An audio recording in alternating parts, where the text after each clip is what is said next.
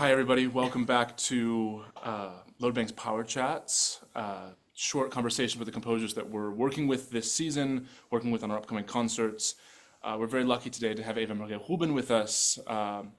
We've been playing Eva-Maria's music for a long time now, and we're very lucky to have a new piece on our program on Sunday. This is the plug. Sunday at 8 p.m. at St. Paul's, Columbia. For those of you in New York, please come out or watch the live stream. Eva is perhaps best known as one of a collective of composers called the Wandelweise Group. Her music engages with slowness and with space in a way that we found really compelling and that works really well for our instruments. It allows enormous flexibility within a very sort of shorn set of parameters for the performers to engage with one another in tight proximity and in really intimate dynamics. And it's really allowed us to explore sort of our own sets of colors. So we're very grateful for the new work. We're very excited to premiere it. It's called Echo Fantasy 5, Four Trees. Just four trees. Just Four Trees. It is Echo Fantasy 5, but it's called Four Trees. And welcome, Eva Maria. Thank you for joining us. Yes, I thank you for inviting me. And it was a great pleasure for me to compose this piece. And I composed with a great devotion to the subject because I like your instrumentation very much. It's a great challenge for me as a composer. And I like the richness of combinations, of possibilities to combine the instruments and to work with echoes and resonances. And that's what I loved really much while I was working. I think with Echo Fantasy 5, the piece that we have been playing a handful of times now that wasn't actually written for us but works so well for us, I think one of the things that we've enjoyed is that you set us up to learn more about our sort of timbral possibilities, setting us up just on a single note, but giving us that sort of slight pitch flexibility and color flexibility has showed us sort of combinations that we haven't yet had a chance to play together, despite the fact that we've played hundreds and hundreds of pieces together. So I wonder, can you tell us a little bit about in the new piece in Four Trees, how much you were thinking about like hearing prior recordings of us, or how much of it was sort of staying true to the way that you are writing, and because it seems this kind of perfect combination of a piece that's written for us as the four of us, but also is giving us that same freedom to find new possibilities in a new piece. Yes, our common tradition helped me a lot.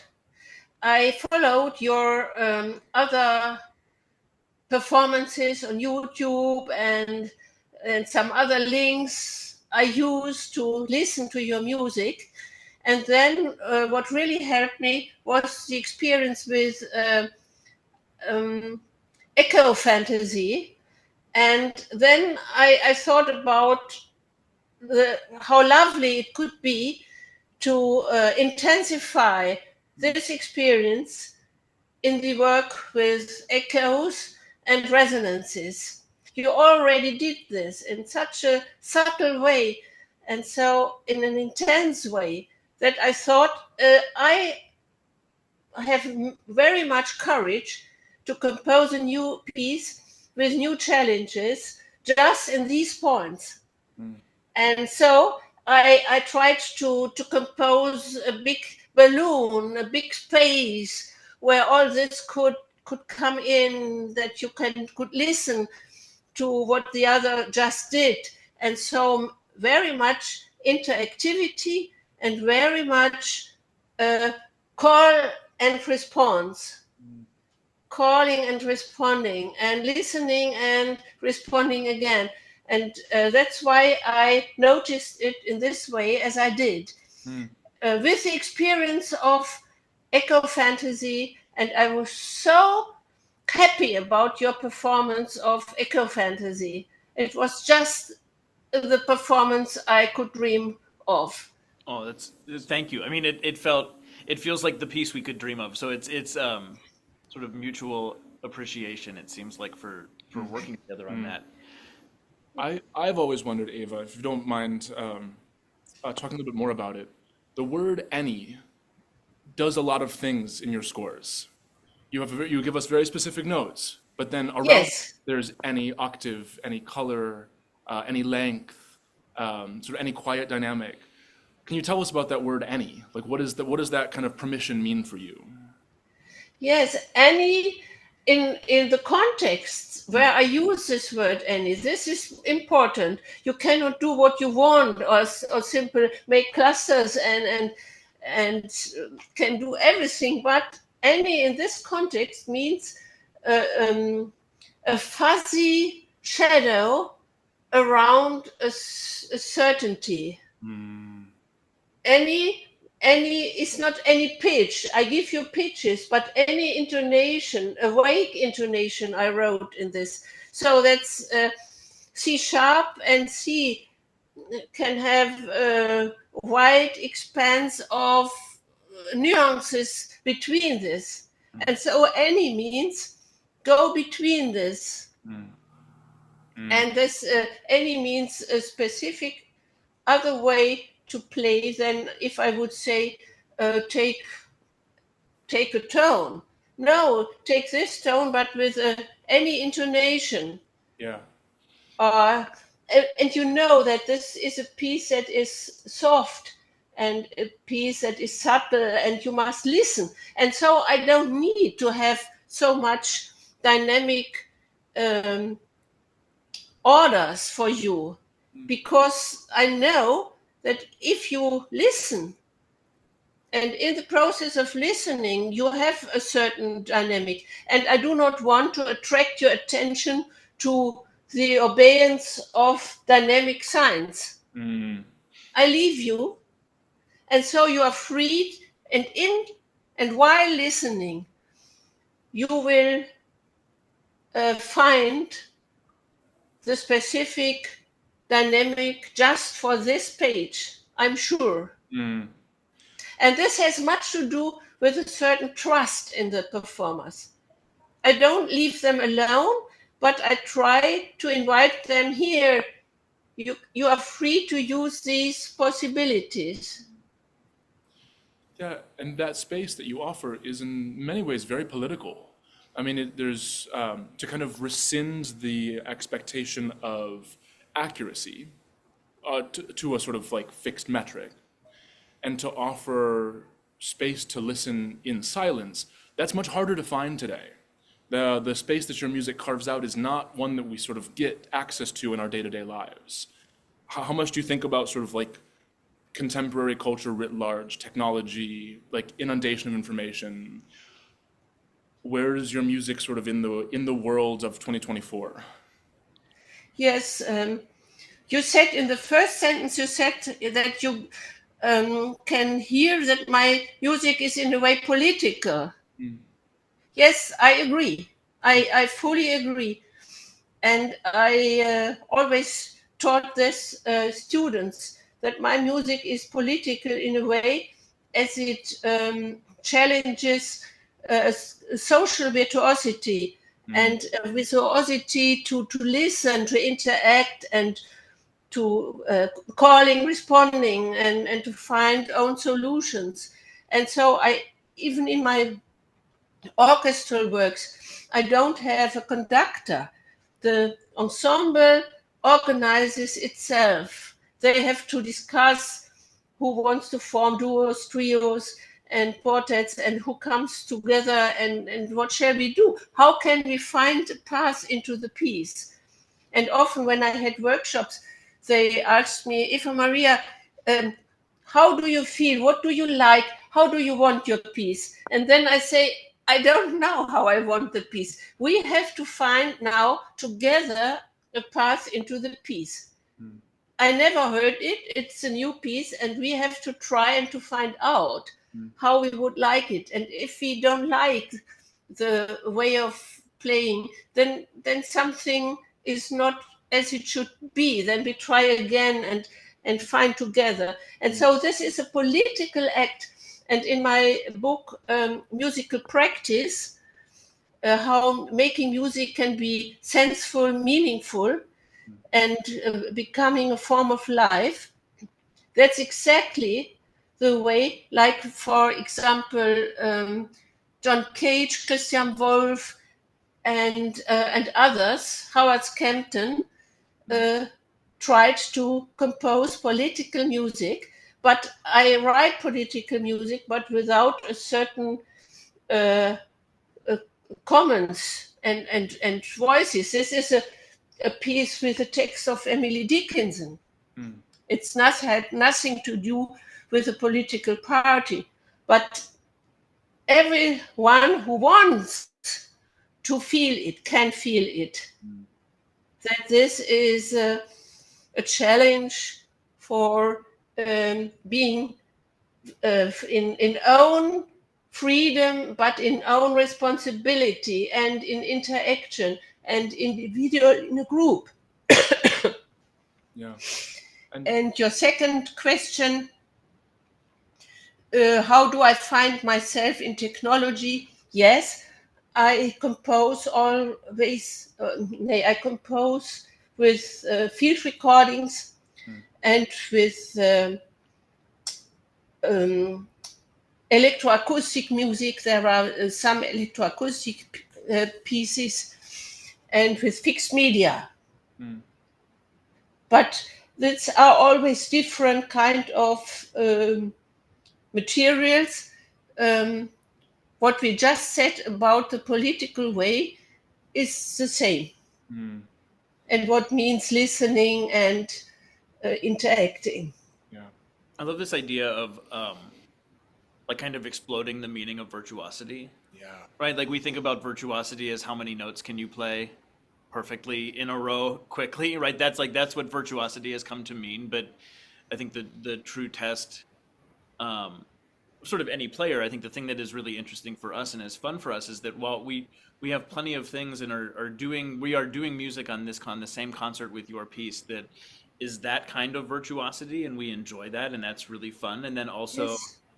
to play very few notes, but the virtuosity is in your ability to be communicative, to be patient, and to be slow with each other is also like a whole separate set of skills. And you can hear in certain performances that sense of virtuosity in this totally different thing. And I love Yes. about this idea of like your music also requires a certain type of virtuosity, which is different from what we usually think of when we think of that word. Yes, and I can also enjoy music with a high technical virtuosity. But I like very much, for example, Liszt's L'année de pèlerinage, and they are they are of a high virtuosity. But for the pianist who plays it, it's no virtuosity, because the pianist can play this with the left hand. So he can concentrate on other things. So I think it's musical practice too, but that can be different. And you can play a highly virtuous piece and even be very, very attentively listening. That is no contradiction. Right. Must not be a contradiction. I wonder, can you tell us a little bit about the text and your relationship to it, like why this particular text was interesting for you to set for us? Yes, uh, generally, I love the Emily Dickinson's poems very much. Emily Dickinson often appears in my works for speaking voice, for singing voice, and here as a kind for singing voice too. But sometimes I use a poem even only for to have a kind of motto. But here it's explicitly for singing voice, that's clear. And what I love in this poem,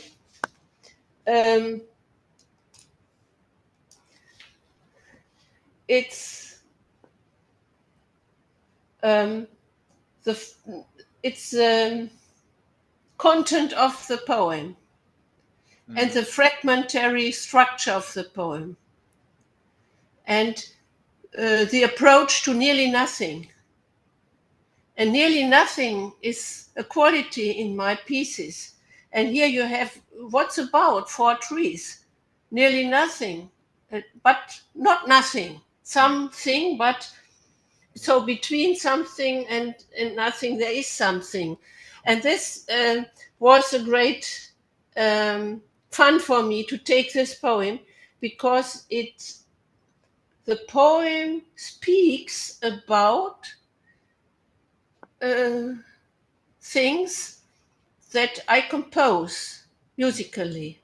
And so the composition is, or becomes, I should say, becomes during the process of performance what the poem is telling about. Yeah, it has the feel. Meaning and being come together. You needn't even make an interpretation of the poem. The poem is saying is I do not destroy the words. You can hear the words, but in the same time, the composition is that this what the poem is telling about. So that was the fun for my composing, and that's why I chose this poem. Well, yeah, it has the feeling of like in nothing give space for everything. You Yes, know that like the idea that the 4 trees, there's no, what does it say, without design or order or apparent action, but yes, it creates space for everything to happen around it. exactly, exactly. I fully agree, and it contains so much, and it reflects so much for those who want to engage in it. And Yeah. if I do not want to engage, I passing by, and I don't even recognize the trees.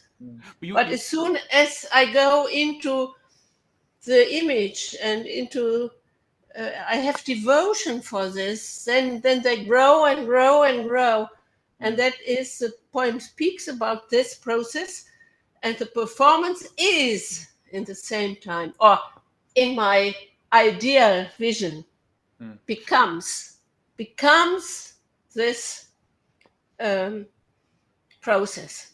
When in the same way in our performance of the piece, we have because of the space, we have the opportunity to like make changes, make adjustments in real time. It almost feels like she's doing that in the poem. Like the fragmented nature of it.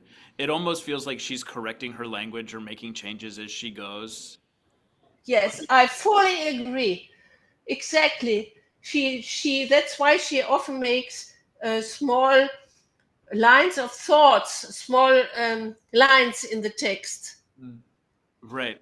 There's Yes, it's not a comma or it's not a dot. It's not no other sign of language, but it's I don't know how it is called in English. This M dash. M dash, yes, this M dashes.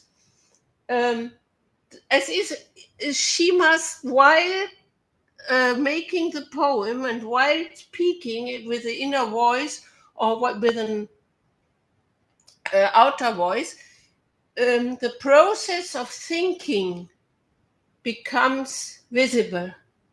Right. My So we don't have a fixed media as a poem, but we have a process of becoming a poem, mm, and it can uh, be demolished at once, and all the fragments can fly away into all directions. But in the moment, it emerges. mm. I mean, the poem begins 4 trees upon a solitary acre. And then the beginning of the third stanza says, the acre gives them, and then a dash, place. Yeah. And that gesture in the third stanza for me, she's thinking about, how these 4 things as one, the 4 as one. Like, what is the kind of like um, discovered unity of these sort of like random and arbitrary, this random arbitrary collective. And she thinks about the acre gives them, the question lingers, she's not so sure what it gives them. It gives them place. It gives Yes. them itself. It gives them a sort of empty nothingness in which to be together, in which to form constituencies, in which to form relationalities, in which to have a position. But the four trees are not anything until they are given a place in which to be four trees. And so the acre is crucial in that it's the empty space where those four trees are. And it feels like the piece you build is the acre for four instruments to be in relationality. Yes. It is that empty nothingness wherein you have to find yourself Yes. as one of four. Yes. It's really lovely. Yes.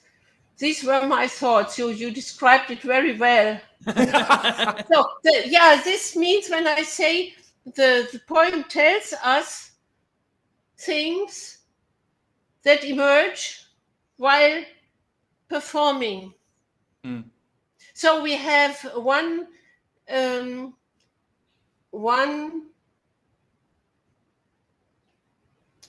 line or one space with the audible words, with the audible words and with words that can be spoken, and one space with inaudible words, unspoken words that are always inherent and what is there, but we cannot grab in words. But it is there. It's this any Right. around the special word. Yeah. And like any note and any nuance and any timbre, any dynamic, so this a word, and it has any illusions and any around him, like a shadow. Penumbra is that word.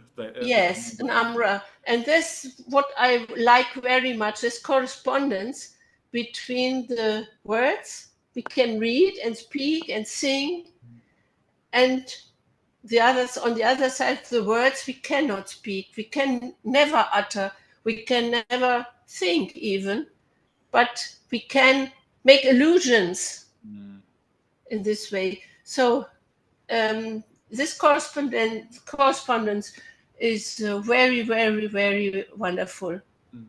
Yeah, and you also can't notate or articulate like a quartet who have spent years sort of touring together and living together and sharing space and talking and getting drunk together and eating together.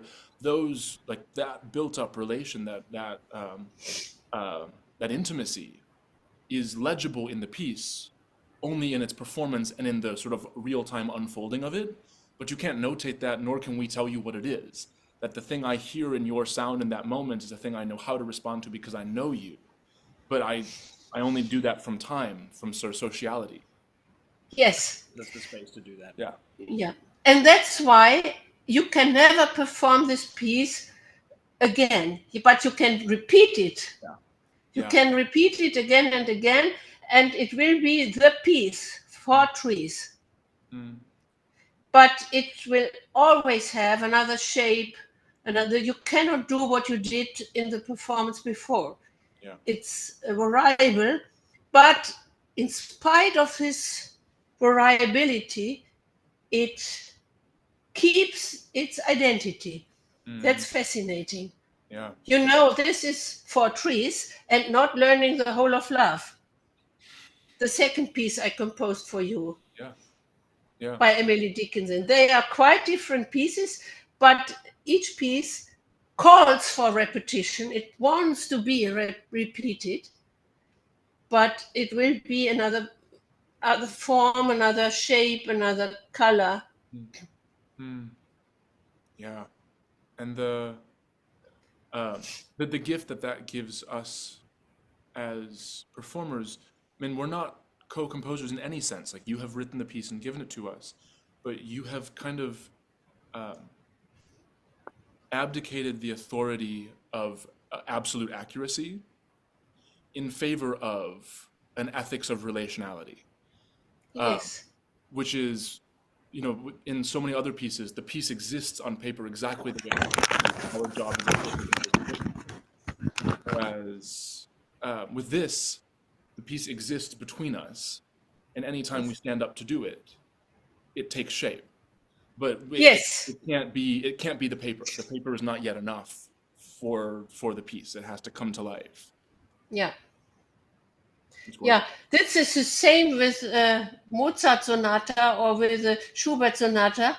But here in this case, there is a focus on this characteristic of music. Yeah.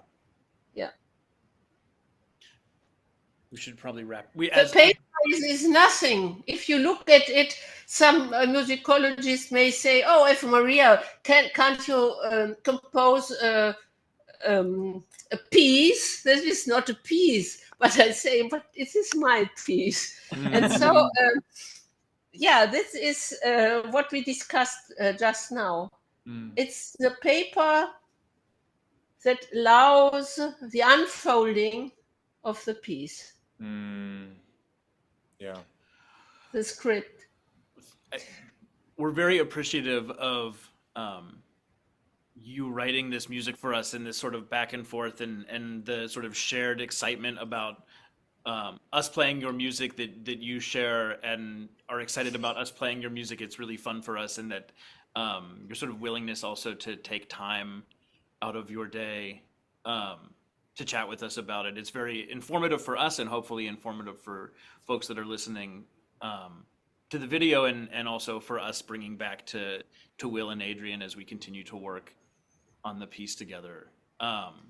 So to stay true to our mission of 30-minute interviews, we should wrap it up. But thank you so much for being willing to do this. Yeah. Yes, I'm sorry that that my voice is a bit bad and coughing, because I must become healthy again. I need 1 more week. It was a bad influenza with high temperature and all this. So don't worry that I was a bit damaged and speaking.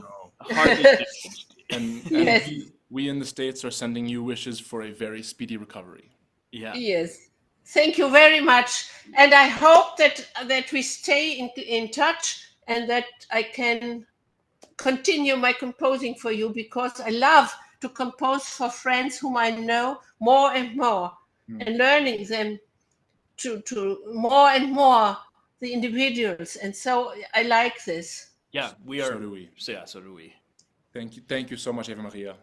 Yes. Thank you so much. And we'll talk to you very soon. Yes. Okay. Thank you. I'm Get very better. high of expectations. Yes. Thank you. Schönes Thank you. Wochenende. Bye. Ciao, ciao. Bye.